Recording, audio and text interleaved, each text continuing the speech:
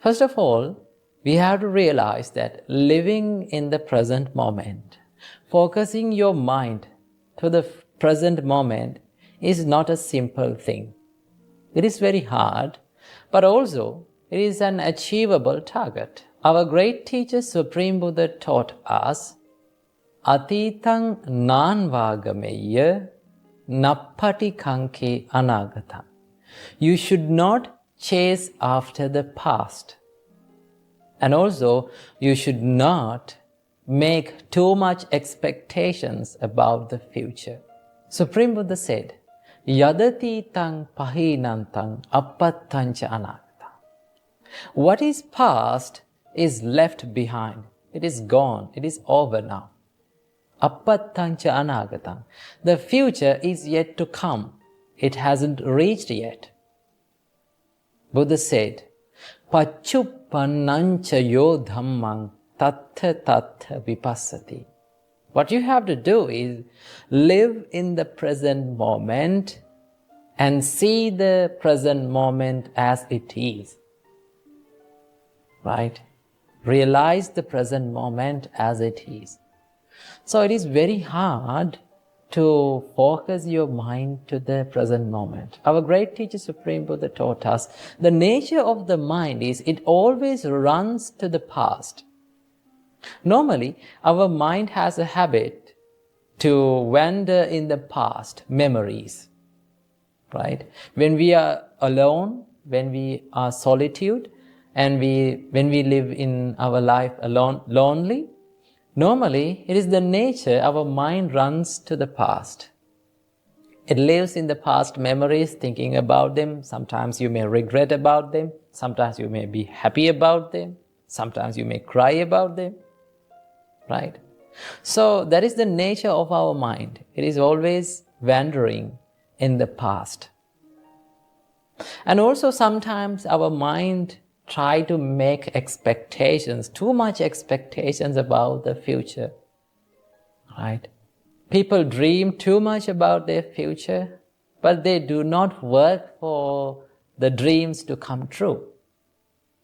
So our great teacher Supreme Buddha taught us, you should not let your mind to wander in the past, as well as you should not let your mind to go for the future and make too much expectations about that.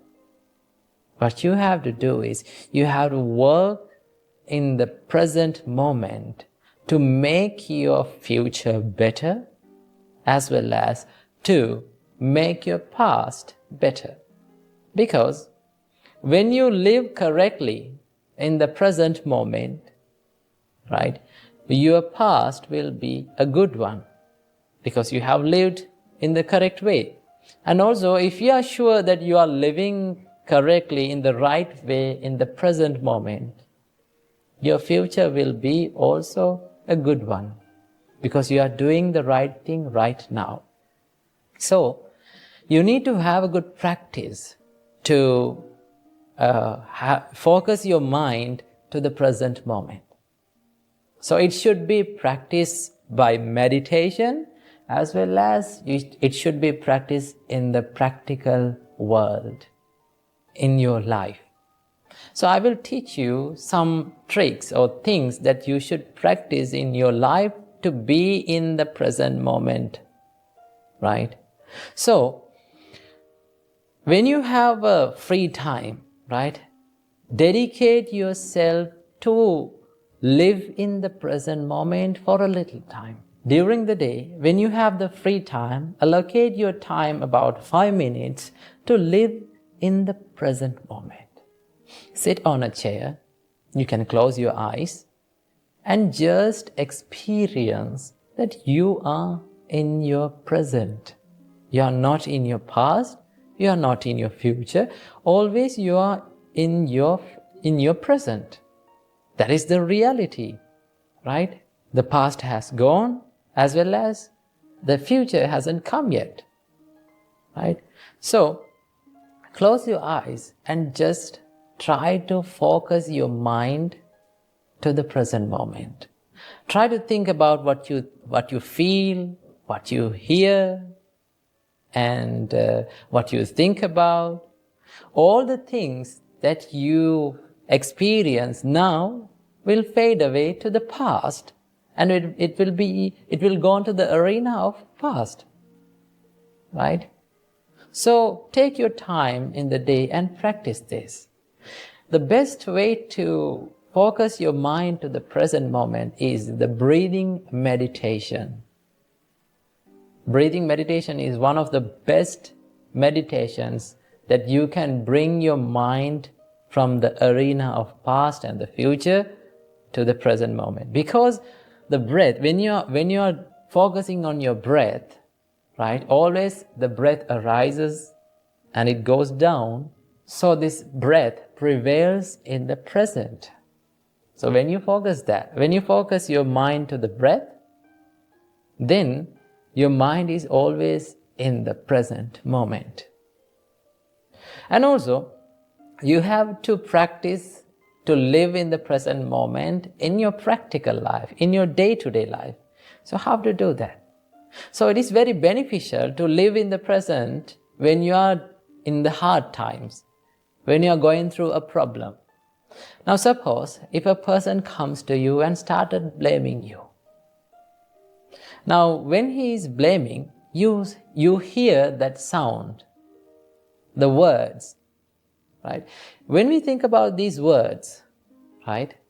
When he is blaming, you hear that, and after that very moment, it has gone to the arena of past.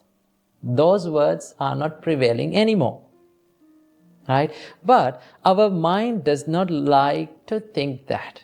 Our mind clings to those words, right? Our mind tries to hold on to those words, and what our mind does is it always make a loop-like thing to bring back all those thoughts, all those words again and again to our mind, and that is why we are suffering.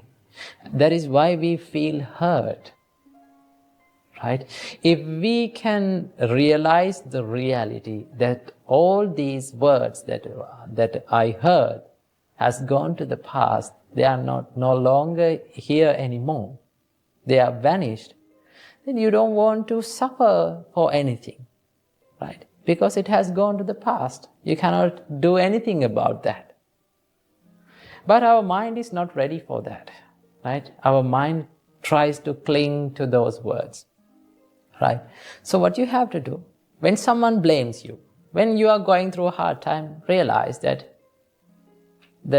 all those things are impermanent, and it vanishes very quickly from my life. So I don't want to worry about them, right? So if you are living in the present moment correctly, doing the correct thing, doing the right thing, doing good things, you don't want to worry about the past, as well as you don't want to worry about the future. Of course, you can make the plans for the future, no problem, but do not dream too much about it.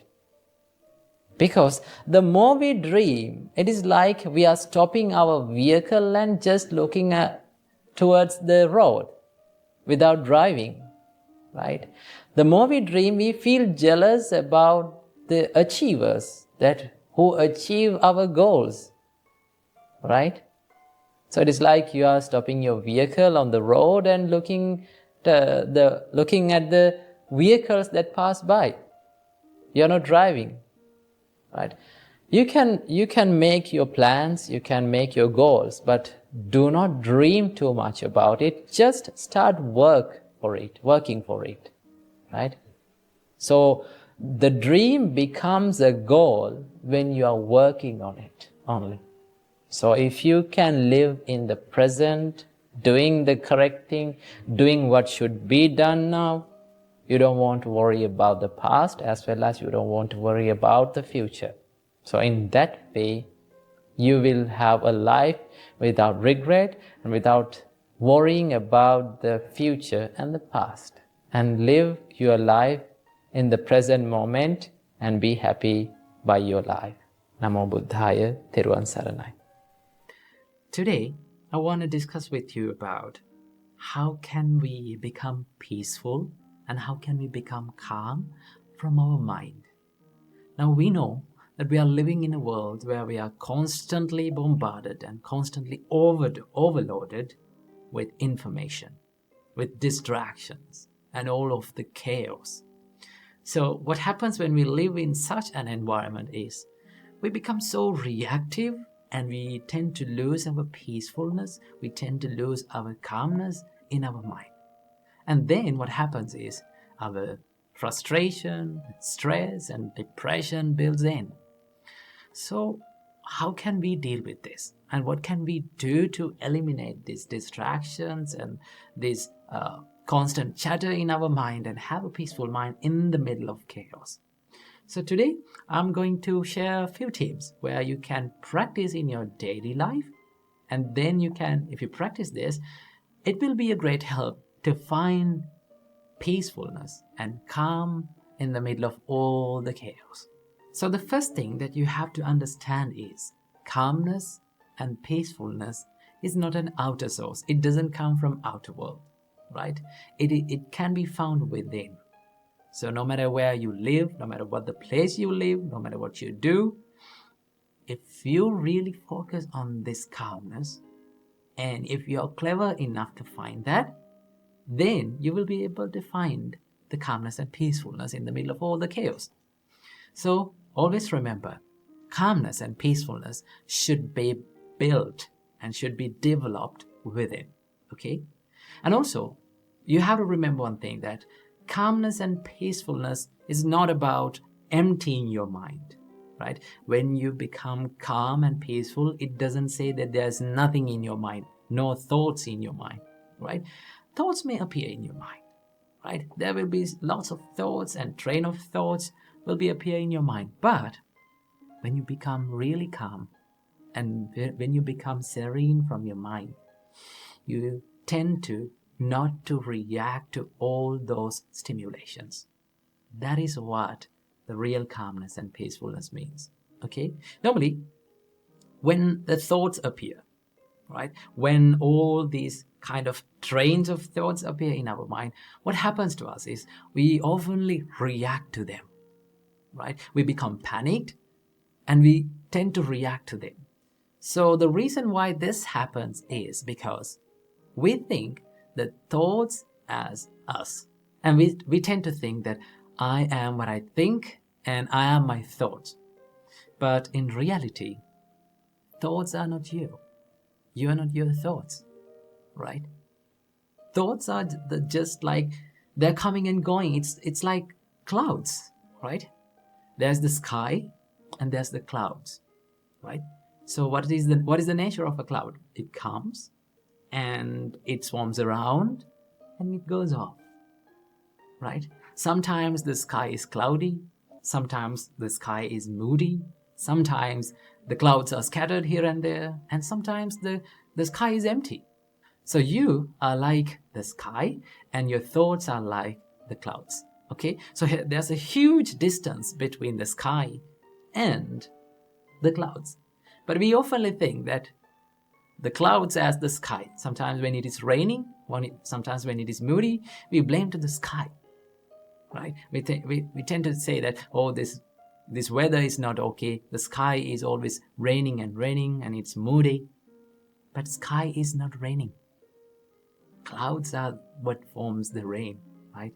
Clouds forms the rain. The same as that, when the thoughts appear in your mind, you can take a little step back and think, should I react to this? Should I react upon these thoughts? For an example, if an angry thought came to your mind, what should you do?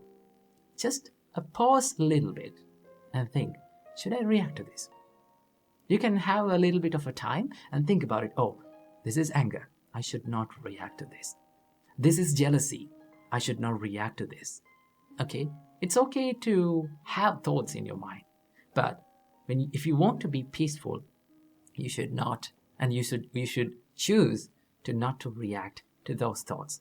So there are a few practices where we can do in our daily life to bring and to make a little bit of a help to this peacefulness and calmness. One thing that you can do is that you can slow down your body movement for a little time period of the day. Maybe like when you have time and when you're working by yourself, maybe like you're walking, maybe like you're writing something, or maybe like you're studying. Try to maintain slow body movements. Now, why I say this? Because our body and our mind is highly interconnected. Okay? When our thoughts become panicked, our body become panicked. So in the other way, if we calm down and if we slow down our bodily movements, it will be a great help for us to slow down the thought process.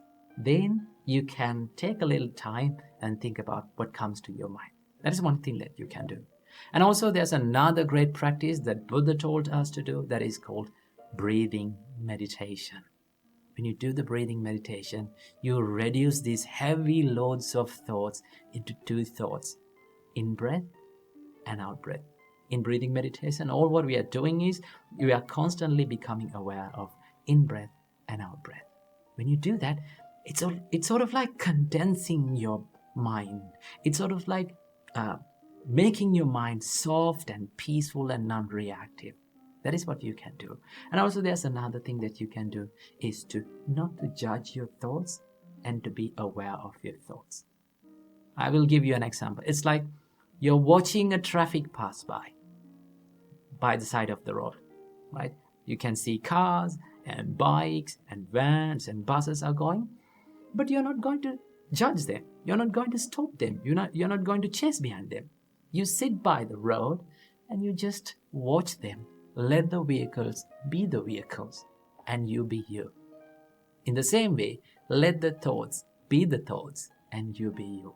When you become less reactive to your thoughts, you can find that peacefulness and calmness in your mind. So I hope you got some light about the calmness and peacefulness from this video. So I hope may all of you be well and happy, and may all of you be calm and peaceful forever. In today's video, let's talk about how to control our negative emotions and how to control our mind. Well, the nature of our mind is it always likes to wander in negative emotions and negative thoughts. Negative thoughts like anger, desire, or lust, or then jealousy, maybe resentment. These are the negative thoughts that our mind likes to wander in. So how can we control it? Well, our great teacher Supreme Buddha introduced us a gradual training where you can practice this controlling of negative emotions or negative thoughts in your mind. So without any further ado, I'm going to introduce them to you. So first and foremost, before getting into these steps, there is one thing that you have to practice, and there is one thing that you have to master, and that is awareness. If you are not aware of what you're thinking, if you are not mindful about what you're thinking, then you cannot control it.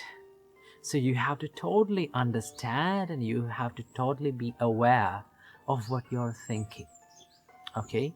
So whenever you become aware of what you're thinking, then you will have that power to control it. So here comes the first step. Buddha says, whenever you become aware of your mind is wandering in negative thoughts like anger or lustful thoughts or resentment or jealousy, the first thing is to shift your thought pattern to something wholesome. There are some wholesome thoughts in your mind which makes you peaceful. Maybe like thinking of something that you have done in the past, like maybe you helped someone. Whenever you think that thought, your mind becomes happy and peaceful. So what you're going to do is, whenever you become aware of your negative thoughts, we're going to shift our thought pattern to something that is wholesome, something that makes us peaceful. So that is the first thing that Buddha says. Shift your thoughts to wholesome thoughts. If that first step did not work out, then what you have to do, go for the next step. What is that? Buddha says, think about the disadvantages of thinking negative emotions, right? If you are constantly having angry thoughts, then you have to think, these thoughts are hurting myself and others. If I take actions according to these thoughts, it will hurt myself and the others. Remember, it may be a little thought of anger, but if it grow up, what will happen? It will be destructive. So what do you have to do? Think about the drawbacks or disadvantages of thinking these negative thoughts. Then, whenever you see these disadvantages, your mind will tend to stay away from these negative thoughts. Most of the time, we are not aware of these disadvantages. Okay? So what do you have to do? Think. If I keep on thinking these negative thoughts, it is not going to help me. It will disrupt my peacefulness. Right? That is the second step. Then as the third step, Buddha says, pay no mind, pay no attention. If the second step did not work out, go for the third step, to not to pay any attention to that thought. Right? See, whenever we give so much attention to something, maybe a thought, it grows again and again, it grows more, right? For an example, if you became angry with someone and if you keep thinking about him again and again and becoming angry, that anger will grow more and more. So what do you have to do? We have to let the thought be a thought without paying much attention, right? When you just stay away from giving attention, then it will fade away from your mind. It's something like this. Have you seen little babies, when they fall down, they start to cry, right? If the parent or the mother or father see that it is not a big deal of falling, if mother or father did not give any attention to that baby, what does he do?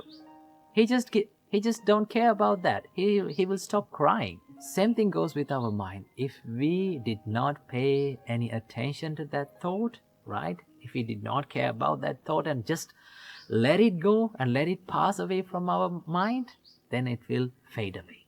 That is one way of doing that. If the third step did not work for you, then the Buddha says, go for the fourth step, to relax your thought process, right? Now remember, when you think negative thoughts, your mind becomes so much busy, so much rough and distracted. So, what you're going to do is, you're thinking, why am I thinking these distractive thoughts? These negative thoughts that are making me so much busy and making me distracted, right? So, what you're going to do is, you're relaxing your thought process to something very soft and subtle. Maybe like loving kindness, maybe like compassion, right? Maybe like gratefulness. When you think those thoughts, when you think more positive thoughts, your mind or your thought process becomes so much relaxed. And then, if the fourth step did not work for you, then it comes the final step. This is something that we have to do with a great care. I do not recommend for everyone to do this. This should be done with a great experience and a good practice, right? And that is to crush your thought with awareness, right? You have to be totally aware of your thinking pattern and have a good determination to your mind that I am not going to think these negative thoughts, right? But this should not be done by everyone, right? Some may be not good at this, right? If you keep on becoming aware and if you keep on forcing this mind, it will grow more and more these negative thoughts. So if all those 4 steps did not work for you, then you have to go for the final step, right? So it is much better to practice these 4 thoughts before doing the final one, okay? So practice these things. When you practice, you will feel and you will understand that your negative emotions are fading away little by little. Remember, this is not going to happen overnight. It will take a long time to do this, but you have to keep on practicing. Keep on doing it. Make it a habit, and then you will become a master of it. So practice this practice and make your mind a place where free from negative thoughts. Today, let's talk about something that is really, really important for all of our lives. Now, if you want to be good at anything that you want to be good at, let's say if you're studying, or if you're meditating, or if you are someone who is practicing the spiritual path, what is that one quality that you have to have in your life to be a master of it? If you're studying, what is that one quality that you have to have in your life to be a master? That is called consistency. Have you ever thought about why we are so good at bad habits or bad things? Bad things like anger, getting angry all the time, or feeling jealousy all the time, or bad things like procrastination or laziness. Why we are so good at these things? We are so good at these things because we have done it over a long period of time continuously, right? If you start getting angry, or if you start losing your temper again and again every single day, what will happen? You will be good at it, okay? If you are procrastinating the things that you want to do, then you will be a good procrastinator. So, one main important quality to be good at anything in this life, or to have a habit to our life, is consistency. That is why we are so good at bad things. So we can use this theory or this consistency for our own benefit, right? If you're someone who is studying, right, you have to do it every single day, again and again, repeatedly, even in the days where you don't feel like doing it, because that is the hardest part and that is the most important part.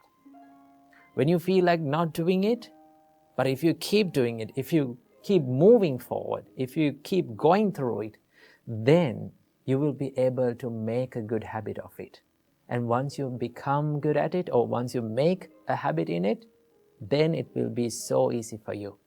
So that is why our great teacher, Supreme Buddha, said that when you practice the spiritual path, right, when you practice meditations, do it again and again and again. Do not do it like here and there, once in a week, once in a blue moon. When you do that, and when you expect more results, you will never get it. So that is why Buddha said, Mettaya bhikkhave cheto vimuktya asevitaya bhavitaya bahuli kathaya. Buddha said, when you practice the mind of loving kindness, this is about practicing the loving kindness, meditation and mind of loving kindness. Asevitaya bhavitaya bahuli kathaya. That means you have to use that mind of loving kindness. You have to do it again and again, consistently, bahuli kathaya. Use it again and again. When you do that, you will be good at it. And the loving kindness, or the love, or the patience, or the compassion will be a part of your life. Okay? So when you meditate, when you practice spiritual practice, or if you're studying, or if you're in a profession, if you are developing a skill, then what is the most important thing to have in your life to be good at it? The consistency. So do it on the days that you don't feel like doing it also, right? When you do that, when you move forward through it, then you will be a master of it. But here's the most important thing that you have to have. Do not judge your progress in your life, right? We are so busy to have quick progress, quick results, because we are used to this instant world, right? We live in an instant world, right? We can find everything we want in our mobile phone, right? If you want to Google something, instantly you get the results. So we are used to this instant world. But when it comes to the spiritual practice, when it comes to the soft skills or developing the skills that you want, it is not that easy and it is not that instant. You have to do it little by little, and you have to expect little progress from one session. So do not judge your progress. Do not judge your improvements. The most important thing is to do it every single day. Keep moving, and then you will be a master of anything that you want to be a master of. Okay? So I hope you got some idea about the consistency and the value of it. So keep practicing and keep doing these things. So I wish you all, may all of you be well and happy, and may all of you live in peace forever.